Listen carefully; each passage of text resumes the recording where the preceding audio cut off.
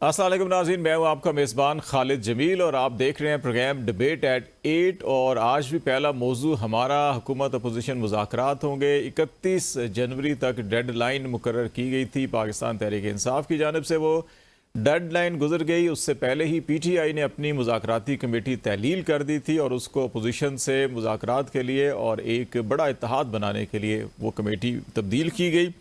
वज़ीर-ए-आज़म ने पार्लिमानी कमेटी के या इन हाउस कमेटी की तजवीज़ दी है और स्पीकर नेशनल असम्बली पुरुमीद हैं कि दोबारा मुज़ाकरात शुरू होंगे। और उन्होंने जो पार्लिमानी कमेटी कायम की थी मुज़ाकरात के तनाजुर में, उसको तहलील नहीं किया। बात कैसे आगे बढ़ेगी ये हम बात करेंगे। फिर मामला होगा इस्लामाबाद हाई कोर्ट में चीफ जस्टिस की तकर्री और सुप्रीम कोर्ट ऑफ पाकिस्तान में जजेस की तकर्री के हवाले से, और एक नई बहस छिड़ी है कि दूसरी हाई कोर्ट से जज को लाकर एक हाई कोर्ट में चीफ जस्टिस बनाना।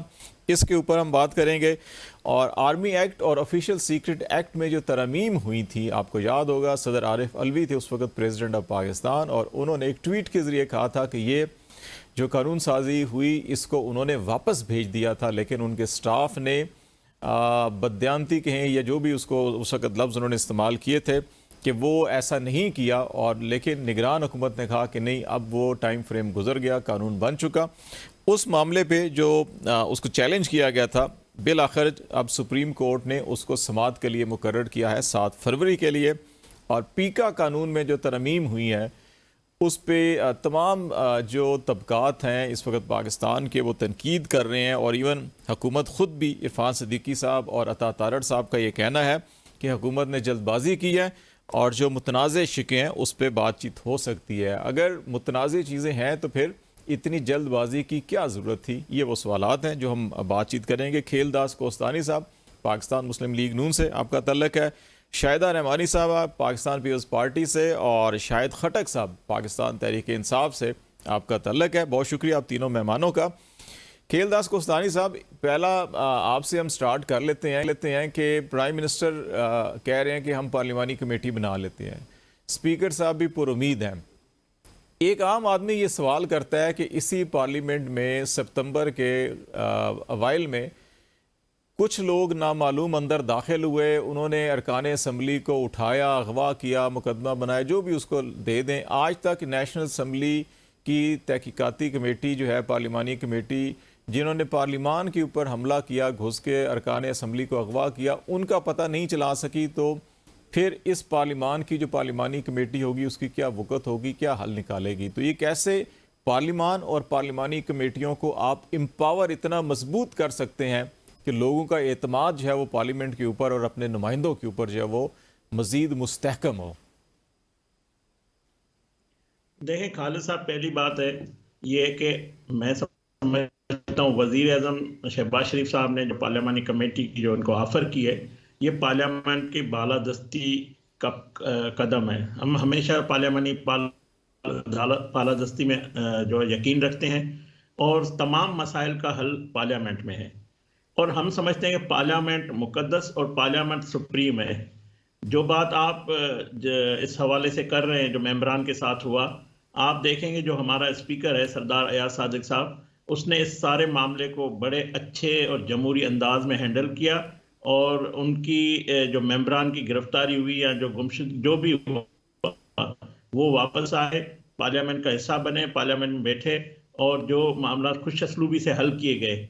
मैं समझता हूँ पार्लियामेंट्री जो है वो तमाम मसाइल का, सियासी मसाइल का, मुज़ाकरात का हल है। और बदकिस्मती से बानी PTI ने कभी पार्लियामेंट की जो बालादस्ती है या पार्लियामेंट्री किरदार है उस पर यकीन नहीं रखा है। कभी ये कहते हैं कि हम इनसे बात नहीं करेंगे, ये सिलेक्टेड हैं, ये फॉर्म 47 वाले हैं। फिर आप देखें कि इन्होंने बानी PTI इमरान खान साहब ने खुद अपनी कमेटी बनाई और इनिशिएटिव दिया कि मैं ये नाम मुकर्रर कर रहा हूँ, हुकूमत हमसे बात करे।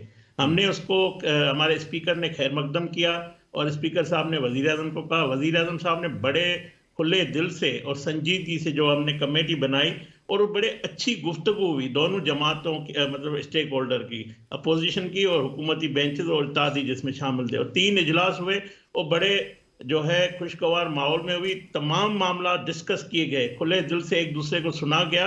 तो हमने ये पाकिस्तान की अवामी उम्मीद लगा रखी थी और हमारी भी ये एज ए पॉलिटिकल वर्कर हम भी समझते हैं कि पार्लियामेंट में अब आ गए तो मामला हल की तरफ जाएंगे। मगर आपने देखा कि एक और यू टर्न इमरान खान साहब ने लिया और अपनी कमेटी ख़त्म कर दी, और ये उसका ये इजहार हुआ जैसे पहले भी बानी पीटीआई किस पे भी अपने लोगों पे एतबार नहीं करता, एतमाद नहीं करता, वो खुद इनिशिएटिव लेते, खुद फिर उसके बेक होते। मैं समझता हूँ जवाब नहीं था इनके पास नहीं था। खेलदा साहब एक चीज मुझे बताइएगा, मैं फिर जरा बातचीत से पीछे हटने का, इस नुक्ते पे खटक साहब को भी लेंगे। इनको आना चाहिए था, बातचीत अपनी रखनी चाहिए थी, और हुकूमत भी जिस तरह इन्होंने रिटर्न में हमें डिमांड दी थी, हुकूमत भी इनके मुतालबात पे इनको कर सकती है। और अब ये मुझे बताएं, मैं आपके इस नुक्ते से इत्तफाक करता हूं खेलदा साहब के स्पीकर साहब ने उसको बड़ा इमिकेबली हैंडल किया, अरकान असम्बली वापस ऐवान में आए और अभी भी वो ऐवान का हिस्सा है। लेकिन क्या ही अच्छा होता कि सियासतदानों को, हत्ता कि वज़ीर आज़म को उनके दफ्तरों से उठा के डायरेक्ट जेलों में भेजा जा देता है, और ऐसे जराइम या ऐसे इल्ज़ामात में कि जिनकी कोई सर पों भी नहीं होता। लेकिन जो पार्लियामेंट के अंदर घुस के लाइट्स ऑफ करवा के बत्तियां बंद करके अरकान को उठा के लेके जाते हैं, उनकी निशानदेही भी नहीं होती। इतना तो होना चाहिए था कि उनकी निशानदेही हो के ज़रा उनको भी इंसाफ के कटहरे में खड़ा करते, तो एटलीस्ट अवाम को ये तो तसल्ली होती ना। पार्लियामेंट आप मेंबर हैं, लेकिन ये अवाम का घर है, ये 24-25 करोड़ अवाम का ये नुमाइंदा घर है। ये तो पूरे पाकिस्तान की 25 करोड़ अवाम की तजलील की गई थी, फिर भी उनकी निशानदेही भी नहीं हो रही। देखिए, मैं यही कह रहा हूं कि स्पीकर साहब के जो पार्लियामेंट उसके अंदर है, उसने अपना रोल अदा किया है। ये वाकया नहीं होना चाहिए थे उसकी। बिल्कुल आप बात खदशात जो है ये माजी में भी, अगर आप इनकी हुकूमत में हमारे JUAF के जो MNA थे उनको जिस तरह उठाया गया, इस तरह का वाकया हमारे सामने ये फुटेज नहीं आए हैं जिससे हमें पता लगे। सब गलत होता है ना। एक दफा उनकी एक दफा ऐसे अनासर की अगर सरजनश्त हो, दुरुस्त है। मगर मैं समझता हूँ फिर भी जो भी जमहूरियत हमारे पास है, इस मुल्क का आइन इस पार्लियामेंट ने बनाया, ये सुप्रीम कोर्ट का वजूद इस पार्लियामेंट से है। ये मुल्क चलेगा तो इस आइन के तहत चलेगा। ठीक है शाहिदा साहिबा, आपकी तरफ आते हैं कि प्राइम मिनिस्टर की एक दूसरे के साथ मिलकर बैठकर मसाइल का हल करना चाहिए, मुज़ाकरात होने चाहिए। फेयर एनफ, किसी अगर टेबल पे नहीं बैठेंगे तो मैं समझता हूँ मसाइल बढ़ते हैं, कम फेयर एनफ कि मैडम शाहिदा साहिबा कि मुज़ाकरात का अमल बज़ाहिर जो है वो PTI ने तो अपनी कमेटी भी तहलील कर दी, स्पीकर साहब ने अपनी कमेटी रखी हुई है, प्राइम मिनिस्टर साहब पार्लिमानी कमीशन की बात कर रहे हैं जो PTI को काबिल कबूल नहीं है। वो कहते हैं जुडिशल कमीशन होना चाहिए। सवाल मेरा आपसे भी वही है जो कोस्तारी साहब से था कि बीइंग एक आम आदमी, अवाम की तरह हम ये सोचते हैं कि हमारे घर को, हमारे पार्लिमान को लोग घुसते हैं, उसकी तजलील करते हैं, तज़हीक करते हैं। अरकान की वापस आना खुशाइंद है, स्पीकर साहब ने अच्छा किरदार अदा किया। लेकिन क्या ये अच्छा होता कि जिन्होंने घर की तजलील की, तज़हीक की, चादर चार दीवारी, आइन का तकद्दुस पामाल किया, उनकी निशानदेही करके उनको कटहरे में खड़ा करते, तो शायद आज PTI भी कहती ठीक है पार्लिमान इतना मजबूत है, इसके कमीशन बनता है तो हम उसमें भी बैठने को तैयार हैं। बहुत शुक्रिया। देखिए, जिस वक्त ये अफसोसनाक वाकया हुआ और आपने देखा कि पूरी पार्लिमान जो थी वो मुत्तहिद हुई, स्पीकर साहब ने और उस वक्त पाकिस्तान पीपल्स पार्टी ने सबसे पहले स्टैंड लिया। हमारी क़यादत ने खड़े होकर, उस वक्त नवीद कमर साहब पार्लिमानी लीडर थे, उन्होंने खड़े होकर इस वाकये की शदीद अल्फाज में मज़म्मत की। पूरी पीपल्स पार्टी और तमाम PTI के और तमाम लोग एक साथ थे कि पार्लिमान में ये नहीं होना चाहिए। और स्पीकर साहब ने जितनी उसकी ना सिर्फ मजम्मत की बल्कि इंक्वायरी कमेटी बनाई, और आपने देखा कि वो सारे लोग जो असम्बली के उसमें सिक्योरिटी के अफसरान उसमें इन्वॉल्व थे, सिक्योरिटी के अफराद इन्वॉल्व थे, उन सबको सस्पेंड किया गया, शायद आपको याद होगा। और फौरी तौर पे तमाम जो जिन्हें गिरफ्तार किया गया था उन्हें पार्लिमान में लाया गया। और ये मैं समझती हूँ कि स्पीकर साहब का बड़ा एहसन इक़दाम था कि उन्होंने ये भी बताया कि मेरे पिछले दौर में इस तरह का एक वाकया हुआ था जिसमें धरने हुए, तो ये सारी चीजें, और अब ये दोबारा पार्लिमान पे हमला हुआ, तो मैं ना सिर्फ उसकी मजम्मत की बल्कि उन्होंने फौरी तौर पे। वैसे मैडम अगर वो जिनको मुअत्तल किया गया ना सिक्योरिटी एहलकार नेशनल असम्बली के, अगर वो उन लोगों को अंदर ना घुसने देते तो क्या पता वो भी आज लापता होते। उन बेचारों का क्या कसूर है? स्पीकर साहब, बिल्कुल स्पीकर साहब की जो हुदूद थी, उन्होंने जो उसके जिम्मेदारान थे उनका तयन करके उनको सस्पेंड किया, नंबर 1।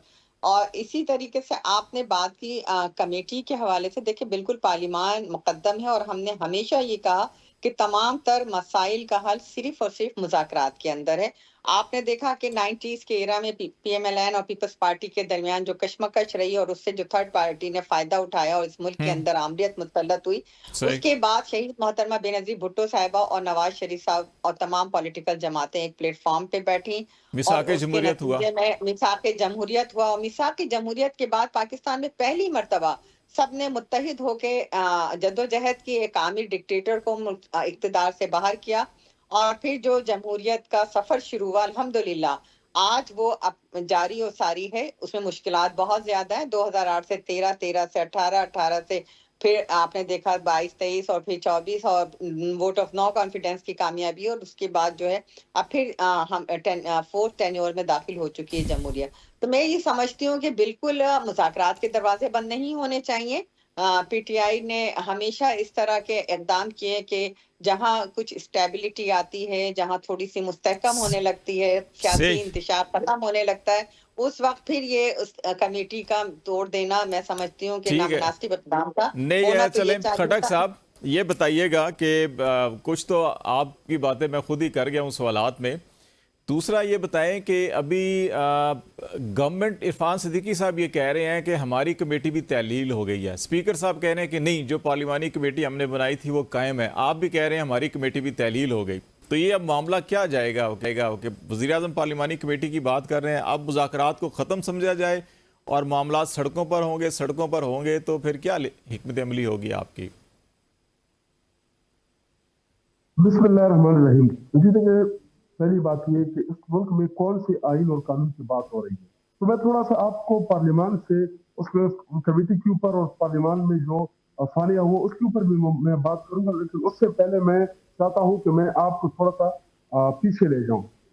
देखिए, सुप्रीम कोर्ट ऑफ पाकिस्तान ने डिसीजन किया कि 90 दिन के अंदर इंतखाबात हो। जब हमने पंजाब और खैबर पख्तूनख्वा की असेंबली डिसॉल्व की, होना यही चाहिए था कि 90 दिन में इंतखाबात होते।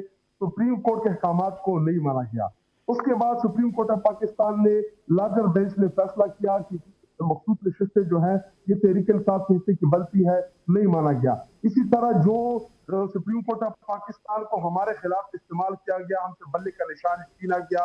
इमरान खान साहब की जो गैर कानूनी गिरफ्तारी थी, जो सुप्रीम कोर्ट ऑफ पाकिस्तान ने डिक्लेयर किया कि ये गैर कानूनी गिरफ्तारी थी, उसके बाद इमरान खान साहब के साथ जो हुआ, इमरान खान साहब के घर को जिस बेरहमी और बेदर्दी के साथ तोड़ा गया, इमरान खान साहब जो कि साहब का प्राइम मिनिस्टर थे, उनके घर के ऊपर जो हमले हुए, जिस तरीके से बनीगाला के ऊपर हमले हुए, जिस तरह हमारे अरकान कौमी असेंबली को उठाया गया, जिस तरह हमारे पंजाब असेंबली के एमपीएस को उठाया गया, जिस तरह हमारे खवातीन के साथ हुआ, उनको सड़कों के ऊपर घसीटा गया, जिस तरह हमारे कारकुनान को फेक केसेस के अंदर उनको सालों तक जेलों में रखा गया, जिस गैर कानूनी तरीके से हमारे लोगों के घरों के ऊपर छापे लगाए, तो कौन से आइन और जमहूरियत की बात करते हैं? बड़े आए जमहूरियत के चैंपियन बनने की कोशिश कर रहे हैं। ये देखिए, पार्लियामान के अंदर जब हमारे एमएनएस के ऊपर अटैक किया गया, हमारे एमएनएस को इब्डक्ट किया गया और हमारे एमएनएस को अरेस्ट किया गया, तो सबसे बुनियादी सवाल यही था जो आपने खुद पूछा कि वो करने वाले कौन,